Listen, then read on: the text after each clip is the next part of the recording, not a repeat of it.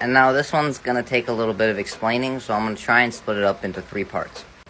The first part will be about electrolytes, the second will be about carbohydrates and a little bit about fat, and the third will be about protein.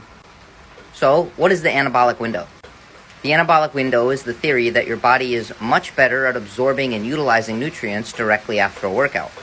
And this prompts a lot of people to drop the weight directly after their last set and shove Rice Krispie treats and protein shakes in their mouth immediately after the workout. So in my initial post, I actually mentioned that electrolytes are extremely important. And that's what this video is going to be about. So electrolytes are something that I actually recommend we maintain during a workout and rehydrate immediately after the workout. And this is because dehydration of over 2% causes profound effects on physical performance and mental performance. So if we begin to get dehydrated during the workout, our workout will suffer. And if we leave the workout dehydrated, our mental performance throughout the rest of the day will be subpar. So when I'm helping someone with their hydration, I try to make sure that they stay hydrated throughout the entire workout and do not leave the workout dehydrated.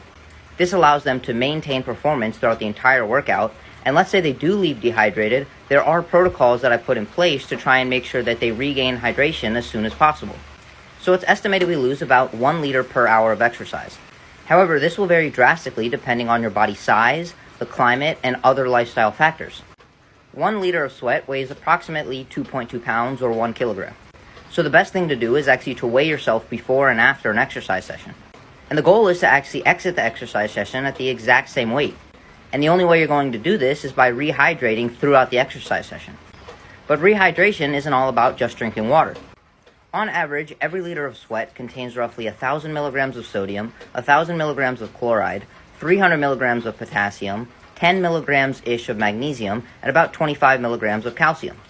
So during a workout, we're really going to want to focus on sodium, chloride, and potassium. We can add in calcium and magnesium if you have an electrolyte solution that has those added, but if not, then we can replenish those throughout the rest of the day. So first of all, we have 1,000 milligrams of sodium and 1,000 milligrams of chloride. And luckily, table salt is 1 part sodium and 1 part chloride. So if we need 1,000 milligrams of each, we can just take 2,000 milligrams of salt or 2 grams of salt. And now obviously the solution is going to be extremely salty, but one of the best brands that I've found is called LMNT. I wish this video was sponsored, but it's not. But they do have solutions that contain 1,000 milligrams of sodium, 1,000 milligrams of chloride, 60 milligrams of magnesium, and 200 milligrams of potassium. So my best recommendation is to put 1 element packet or any sort of electrolyte solution containing all of the electrolytes I talked about into 1 liter of water and have that handy during your workout. With that being said, you'll know if you sweat a lot or you don't sweat a lot.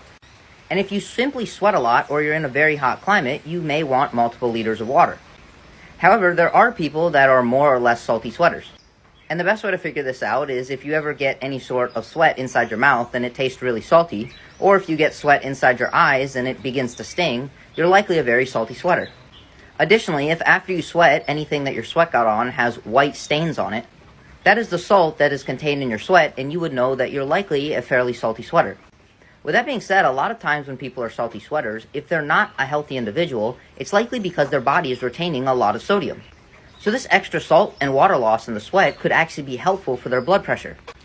So if you enter a workout already with high blood pressure, this excess salt loss in the workout could actually be beneficial. So for this individual, I don't think I would recommend they have an exorbitant amount of electrolytes after the workout. However, I would recommend that they maybe try to have some potassium. But if you enter a workout with normal blood pressure, then trying to stay hydrated kind of by drinking back a solution just like your sweat is going to be beneficial. So the anabolic window for electrolytes is going to be trying to keep our electrolyte status and our water status stable throughout an entire workout. And if we can't maintain hydration during the workout, after the workout, there is a period of time where we'd want to replenish. And this is so we can return to hydration as quickly as possible. And the salt is going to be fairly straightforward. It would simply just be putting table salt on anything that we're eating. And for potassium, one thing that we can do is get both hydration and potassium at the same time by eating oranges. Oranges contain a lot of potassium, but they're also about 86% water. And if you don't like oranges, other great sources of potassium are going to be potatoes and bananas. And why would it be important to actually get in salt after a workout?